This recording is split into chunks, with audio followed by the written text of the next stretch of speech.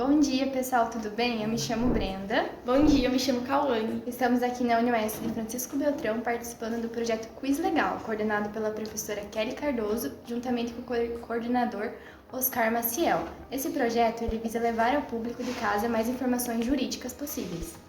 Nesse vídeo, vamos abordar o tema relativo a direitos LGBT, apresentando o projeto de extensão Diálogos LGBT Trans, desenvolvido aqui na UniOeste. Para isso, entrevistaremos a coordenadora do projeto, a professora Melissa Barbieri, juntamente com a equipe que participa do projeto. Pro, você pode falar um pouquinho do projeto e apresentar a equipe? Então, primeiro queria agradecer o interesse de vocês a respeito desses direitos, que são direitos normalmente invisibilizados, E essa oportunidade vai dar para a gente conversar muita coisa.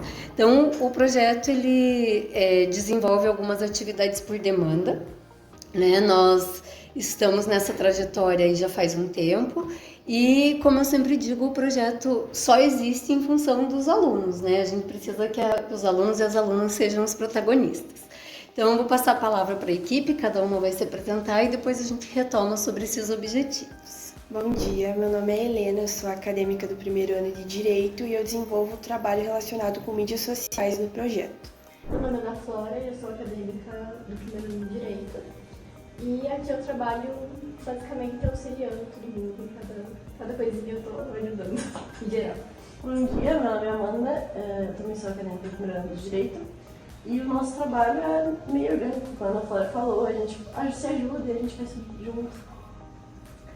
A gente acaba começando as nossas atividades sempre que alguém nos procura. A gente teve como objetivo, como o próprio nome do projeto diz, criar um canal de diálogo entre a população trans, a população de mulheres lésbicas, pessoas bissexuais, homens gays, porque a gente vê que falta esse tipo de atividade aqui na nossa região como um todo. Então, esse projeto ele começa com esse objetivo de dialogar a respeito do tema e, consequentemente, as pessoas nos procuram também para que a gente atue juridicamente em algumas situações que a gente vai poder expor no decorrer do programa. E o próprio acolhimento durante o processo, para tornar um processo mais seguro, acompanhar desde o início até o fim, para a pessoa realmente chegar ao ponto e falar muito obrigada, eu estou se sentindo muito mais acolhida. Retomando a isso, vocês poderiam comentar um pouco sobre a trajetória em si do projeto? Bom, o projeto ele nasceu em 2018 com a professora Melissa como coordenadora e ele tinha como objetivo atender as demandas da população LGBT, especialmente as pessoas trans. Inclusive, um dos objetivos, junto a esses objetivos, a gente tem o auxílio jurídico relacionado a pessoas transexuais na retificação de nome, que é um trabalho uma atividade que a gente tem até hoje. Inclusive, semana passada a gente auxiliou na retificação de nome de um homem trans e a gente também propõe diálogos voltados aos temas dessa comunidade. Um exemplo foi a roda de conversa que a gente realizou na semana passada relacionada a identidades trans, em decorrência do dia do aniversário da despatologização das identidades trans no Brasil. A gente comentou antes que a gente costuma trabalhar por demanda, Outra questão que a gente faz quando a gente planeja é fazer atividades relativas a cada letra da comunidade em cada mês. Então, o mês de outubro ele é um mês voltado para esse diálogo da saúde das pessoas que se identificam como trans. Por isso que a gente fez essa roda nesse mês. Mas quando você colocou, Brenda, aqui sobre a trajetória do projeto, eu acho bem importante colocar duas questões aqui.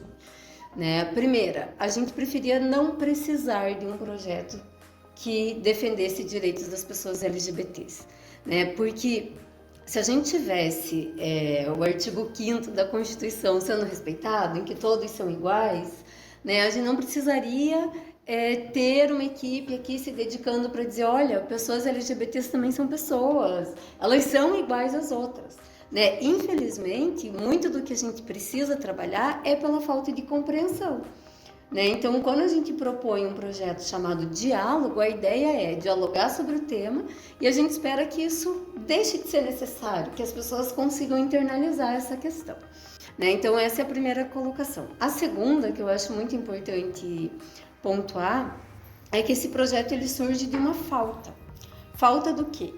Falta de política pública, né? Falta de conhecimento das pessoas a respeito das identidades das pessoas trans, das vivências das pessoas que se identificam como lésbicas, como gays, como bissexuais, e essa falta ela acaba impactando o poder público, né? Tanto que você perguntou um pouquinho como que surgiu o projeto, né?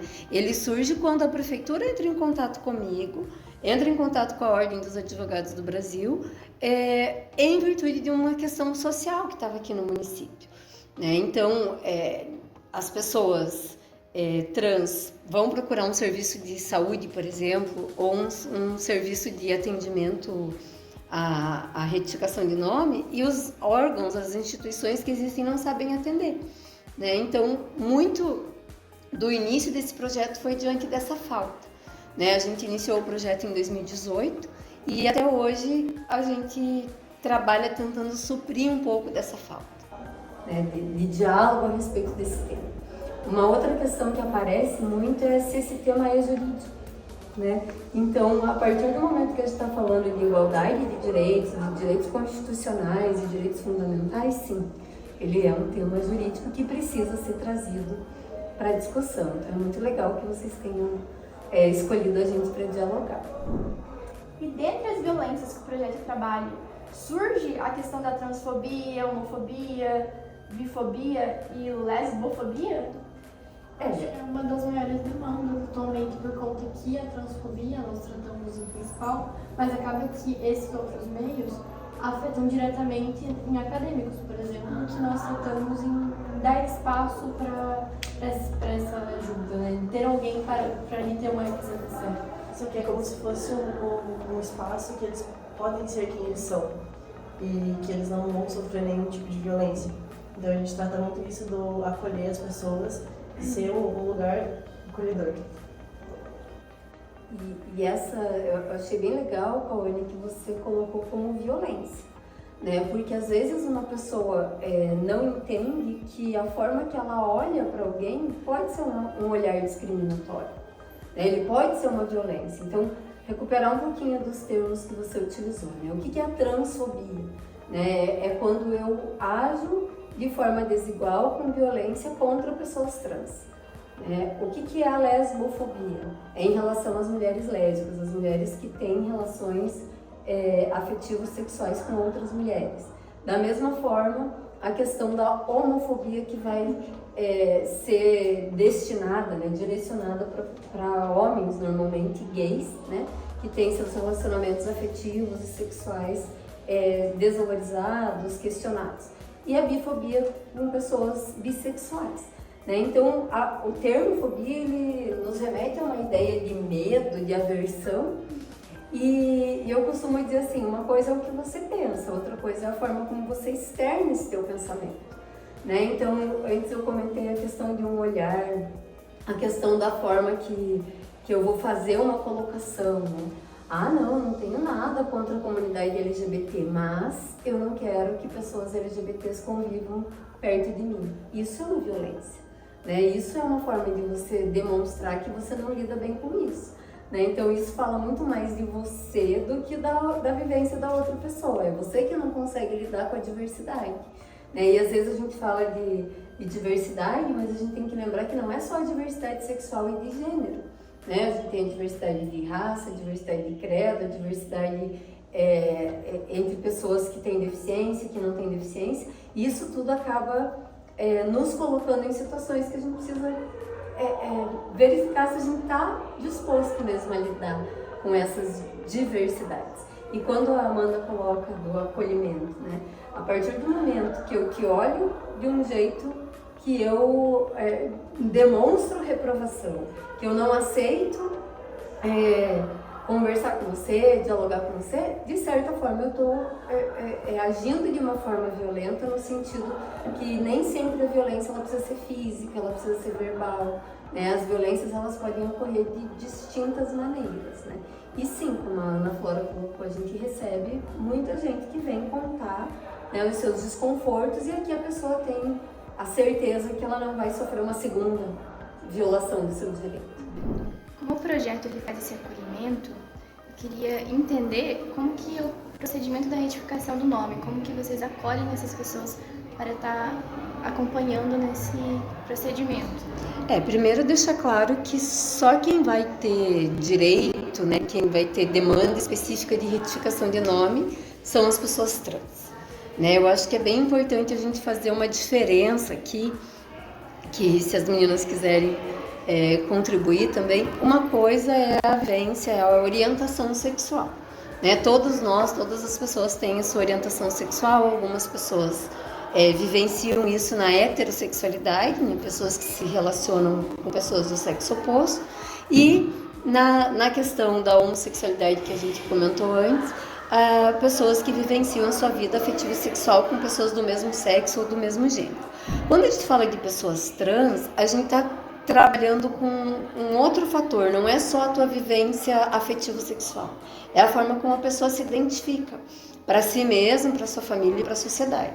E o nome é uma das primeiras formas que a gente é identificado no mundo, né? Se a gente for pensar que quando a gestante descobre no exame de ultrassom se é menino ou se é menina, ela já vai escolher um nome e acaba já nomeando, né? Dando existência para essa pessoa.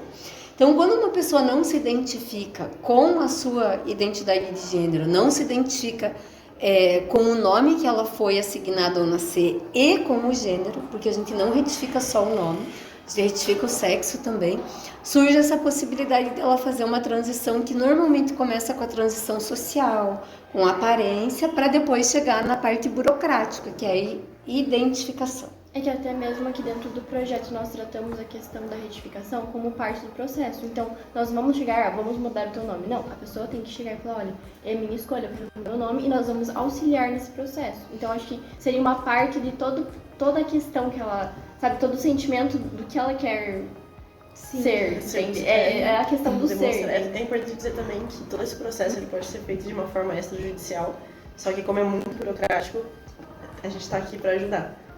Inclusive, a retificação de nome acontece através do cartório, mas também existem inúmeros documentos que precisam ser retificados também. Toda a vida da pessoa precisa ser modificada após a retificação de nome. E é um processo que a gente auxilia também. Inclusive, a Amanda e o Lucas, que não está presente hoje, eles estão fazendo uma cartilha que auxiliam, por exemplo, a alterar passaporte, CPF, histórico escolar, exato. Porque são coisas necessárias para as pessoas transexuais. E esse amparato, vocês possuem assistência psicológica dentro do projeto? Sim, a gente tem desde 2018 nós somos um espaço onde o curso de psicologia da Unipar faz o seu estágio, né? Então a gente sempre trabalha nessa questão do acolhimento.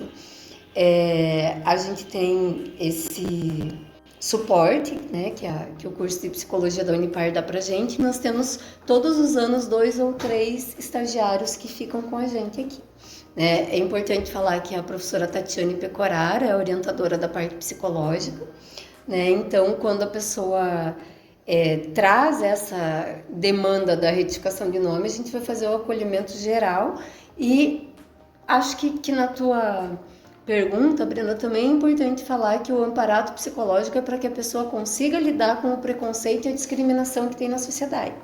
Porque é muito comum que as pessoas pensem que a necessidade de psicólogo ou psicóloga seria para curar, né? Para fazer com que a pessoa volte atrás de algumas das suas... Um estigma dentro da sociedade. É muito mais para ela conseguir lidar com a discriminação e o preconceito do que com a transição de gênero em si. E também com a autoaceitação, porque é muito importante você aceitar como trans, primeiramente, para depois você poder fazer a retificação e poder se apresentar para os outros como trans. Porque é realmente muito difícil E a sua vida inteira você foi apresentada como o gênero feminino ou masculino e você não é aquilo que você, né, que as pessoas te chamam desde sempre. Então isso é um ponto essencial da pessoa, do ser humano. Ou até mesmo a reação da família, que nós tratamos Sim. muito, tipo, a exclusão. Eu conheço meu tio, não vou conhecer minha tia. Não é mais alguém da família, ele é basicamente excluso. Então nós tratamos essa questão, sabe? Como as pessoas ao seu redor vão reagir, como você tem que estar preparado para ser quem você é. E por isso essa importância das rodas de conversa. Essa que a Helena comentou foi planejada toda com a equipe da psicologia que trabalha aqui com a gente. E a gente vê também que isso é muito mais uma preocupação social do que das pessoas que a gente atende. Né? Então, assim, o que a gente mais ouve aqui são questões de discriminação e de preconceito. Né? Eu acho que essa colocação que a Ana Flora fez apareceu, né, Amanda, acho que você pode falar um pouquinho na semana passada, quando a gente fez a retificação de nome desse menino trans. Você quer contar? Eu conto da parte dele ser do sobrinho? É uma coisa bem triste, na verdade, é que ele contou pra gente que a irmã dele afastou o sobrinho dele, porque ele conhece, porque a justificativa foi, ele conhece você como Dinda, não como Dindo. Então, você afastar um ambiente que já era saudável antes. E uma criança, ela não vai fazer diferença de gênero. Ela gosta de você por quem você é, pelo amor que você dá para aquela criança. Ele vai continuar sendo o tio Sim, dele. E a percepção que a gente teve ali na narrativa dele foi muito mais do preconceito da irmã do que da própria criança. Né? Então, por isso que a gente acha que algumas questões precisam ser dialogadas. A questão não é você ser LGBT, ser pai, ser mãe, o risco, essa ideia do risco, ela está muito mais baseada em preconceito e discriminação do que... Essa discussão de que se fala que se você, por exemplo, um casal gay, se eles adotarem uma criança, a criança vai ser influenciada, é extremamente preconceituosa, não tem baseamento em absolutamente por exemplo, nada. Como duas mães. Como ele vai ter duas mães e não vai ter um pai? Gente, quanto de mãe solteira tem? Quantas pessoas que não têm um pai presente, realmente um pai ali descrito? Então, assim, muitas vezes a criança vai ter a mesma assistência, vai ter o mesmo cuidado, o mesmo amor, só que as pessoas deixam de entender isso por puro preconceito. E todas essas questões que vocês trouxeram, vocês acham que o ordenamento jurídico e o ativismo judicial não influenciam diretamente as discussões dentro do Senado? Seria em relação àquela rede de apoio que esse dia nós estávamos comentando, que nada começa do nada, nada chega no STF assim, vamos discutir sobre isso. Tudo vem de um processo minucioso, de um simples ato que vai reparando um em cima do outro, só que nunca é um processo lento. É uma coisa que a Prof. Melissa falou, para vocês 3 meses é uma eternidade. Para mim, uma conquista de 1 ano é muito rápido. Eu acho que é importante deixar claro assim, ó, Brenda. Nós não temos nenhuma lei no Brasil voltada especificamente para a população LGBT. E como eu disse no início da nossa conversa aqui, eu gostaria que não precisasse de nada específico, que as leis que existem no ordenamento jurídico fossem aplicadas de maneira igual para todas as pessoas. Infelizmente não é o que a gente percebe, porque na interpretação legislativa, a interpretação é feita por pessoas, e as pessoas crescem com seus preconceitos, com as suas discriminações e acabam não conseguindo fazer uma interpretação que contemple a todas as pessoas. Então, no ordenamento jurídico, nós não temos uma lei específica, tá? Aí entra a questão do ativismo judicial. Os advogados e advogadas entram com ações tentando garantir esse direito, e isso vai formando a jurisprudência do nosso país. Então, os advogados, advogadas, promotores, juízes e juízas, ao proferirem suas decisões, vão formando uma ideia, tentando sempre seguir os parâmetros constitucionais. Né? Então, é necessário o ativismo judicial porque a gente precisa que as demandas movimentem o poder legislativo e o poder executivo e o poder judiciário. Você comentou sobre o Senado. por exemplo, né? A gente poderia pensar, não tem nenhuma lei, mas nunca teve projeto de lei. Sempre teve projeto de lei. Né? Na minha pesquisa de doutorado, eu estudei os projetos de lei desde a década de 70 até o ano que eu concluí minha pesquisa, que foi o ano de 2016. Né? Então, durante todo esse período, nunca teve senadores, deputados interessados em regulamentar isso? Sim, tiveram. Só que esses projetos nunca foram aprovados. Né? Porque a gente tem um Congresso que há anos é muito conservador. Né? Então, essas legislações não passam. E aí, por que tudo desemboca no Poder Judiciário? Porque a lei está sendo mal interpretada e os advogados e advogadas tentam dar uma nova roupagem, uma nova interpretação para a legislação. Desdobramento do ordenamento. Exato. Esperamos que um dia não seja necessário. Tanto que a retificação de nome, ela é feita através de uma decisão do STF que decidiu que as pessoas que querem fazer a retificação não precisam se submeter a procedimentos médicos e cirúrgicos. Né? Não é isso que te faz homem ou que te faz mulher. Né? Então, por conta disso que a gente entende a importância do ativismo judicial. Assim, para ficar um pouco mais claro até pra gente, pro pessoal de casa, vocês poderiam comentar um pouco mais da diversidade no mercado de trabalho? Vamos lá. Eu acho que, né, lembrando, diversidade sexual e de gênero. A gente falou um pouco da discriminação que existe, mas a gente esqueceu de falar que, às vezes, as pessoas, principalmente as pessoas trans, não conseguem nem acessar o mercado de trabalho. E isso nos leva a pensar um pouco na origem do projeto, que quando a gente começou a trabalhar especificamente com um grupo de travestis, havia uma preocupação da população em saber por que elas estavam se prostituindo, por exemplo. Né? E aí que a gente começa a investigar, a puxar o fio da meada. Né? Então, sobre convivência familiar. Quando uma pessoa começa a sua transição de gênero, normalmente ela vai ser, infelizmente, né, ela vai ser discriminada pela família.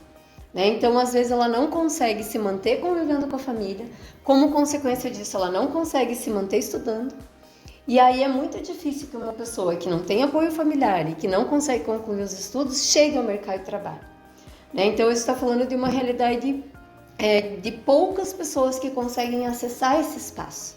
Né? E é comum que a pessoa que vai fazer essa transição o faça depois que já está estável no seu ambiente de trabalho, quando essas questões em relação ao ambiente chegam. Tá? Então, é nesse sentido que a gente precisa falar um pouco do acesso. Tanto que nós reclamamos sobre, mas por que não temos tanta representatividade em questão de lugares de fala, assim, como nós vamos falar como cis, hétero, defender uma luta que não é nossa, mas acho que a questão realmente é que essas pessoas normalmente são caladas e precisa de pessoas que têm mais, no caso, acesso a essa pauta, a defesa. Nós somos como aliados a alguma causa. Enquanto aliadas, a gente também tem um intuito não de ocupar o lugar delas, mas sim contribuir para que esse lugar seja um lugar mais acolhedor, um lugar de menos violência. Então a gente precisa contextualizar algumas coisas. Numa cidade pequena como a nossa, uma pessoa que já é discriminada pela sua orientação sexual ou por sua identidade de gênero, se colocar num lugar em que ela vai estar exposta, ela pode estar sofrendo mais violência e mais discriminação. Né? Então é muito triste a gente pensar que a gente ainda não tenha representatividade nesses espaços. Né? Quantos professores aqui na universidade a gente conhece que são trans? Onde é que estão essas pessoas? Né? Será que elas não existem ou será que elas não tiveram a mesma oportunidade de estar nesses espaços? Né? Quantas advogadas e advogados trans a gente vai ter aqui em Francisco Beltrão? Eu estou na OAB, né, na Ordem dos Advogados do Brasil, agora não vou saber calcular, mas faz mais de 15 anos. Né? E infelizmente aqui em Beltrão eu não tenho colegas que são advogados ou advogadas trans. Né? O que acontece? Às vezes, para a pessoa vivenciar a sua identidade de gênero ou a sua orientação sexual, elas acabam mudando de cidade, mudando de centros pequenos para centros maiores. Né? Então, a gente já ouviu muito essa colocação, mas você é gay, por que você não está lutando pelos direitos? Porque, dependendo do contexto, essa pessoa vai estar se expondo e sendo mais discriminada, vítima de violência em outros contextos. Também nessa questão de centros, como um centro grande você pode ser invisível. Mesmo sendo um diretor de um cargo muito importante, como o cargo da diversidade da OAB, do diretor da diversidade da OAB, você não é uma pessoa que todo mundo sabe quem é. Em Francisco Beltrão, a gente conhece o pessoal por nome, por família, a gente sabe quem é, o que faz, quem namora, quem não namora.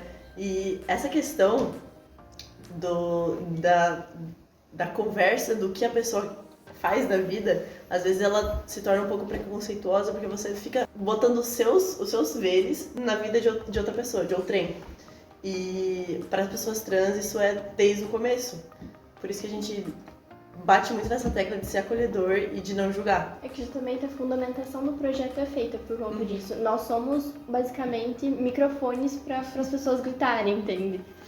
É mais seguro a gente dar a cara a tapa, né? E acho que aí nesse contexto é importante falar do lugar de dor, né? O lugar de dor é o lugar de quem sente, de quem é discriminado, de quem sofre, né? E nem sempre essa pessoa que já está vulnerabilizada vai estar ocupando esse espaço para também lutar pelos seus direitos. Nem sempre a pessoa vulnerável quer falar sobre aquilo. Normalmente ela pode falar de uma confissão, mas ela não quer falar pro exterior, ela não quer ir em escola da palestra, e a gente tá aqui para isso. A gente tá aqui para ensinar e para ajudar. E para ser esse canal de diálogo, né? Receber as demandas. A gente costuma assim, por exemplo, recebemos uma reclamação da pessoa que não está conseguindo agendar uma consulta ou que foi na consulta e o médico tratou ela de forma discriminatória. A gente não tem o intuito aqui de sair processando todo mundo, não é esse o nosso objetivo. O nosso objetivo é tentar verificar o que aconteceu e tentar dizer, olha, a pessoa tem uma demanda específica que precisa ser atendida, o que aconteceu nesse percurso. Então, são essas atividades que a gente busca realizar, visando sempre a diminuição do preconceito e da discriminação. Então, como a sociedade no todo pode conseguir entrar em contato com o projeto de extensão que vocês desenvolvem aqui? Eles podem entrar em contato através das nossas redes sociais. O nosso Instagram é @dialogoslgbtrans e através do nosso telefone 4635204867. E eu vou aproveitar para fazer uma propaganda, né? A gente, ao longo desses anos, a gente desenvolveu alguns materiais. Na nossa página do Instagram, no link da bio, você consegue acessar todos os nossos materiais. Então, a gente tem 3 folders. Um explica melhor qual cada vivência, né? A população LGBT. Outro explica as vivências trans, que eu antes quis fazer essa diferença entre orientação sexual e identidade de gênero. Aqui é um documento que orienta a documentação para a retificação de nome. E ao longo dos anos a gente reuniu nesse material perguntas e respostas a respeito dos direitos das pessoas LGBT. E aqui atrás nós temos as nossas formas de contato, inclusive de outros órgãos, como a Comissão da Diversidade Sexual da OAB e o CRAS, né, que encaminha muita gente aqui para o nosso atendimento. Então, eu acho que seria isso. Eu queria agradecer a presença do projeto. Muito obrigada pelo convite. Eu acho que conseguimos elevar nossa conversa para um outro nível e conseguimos tirar algumas dúvidas do pessoal de casa. Eu convido o pessoal de casa a estar vindo até o projeto. O projeto fica na UniOS de Francisco Beltrão, no bloco de Direito, no 2º andar. Na sala 414. Importante falar que o nosso atendimento é da 1h30 às 5h30, mas se a pessoa não puder comparecer nesse horário, por esses meios de contato a gente pode adequar o que for melhor.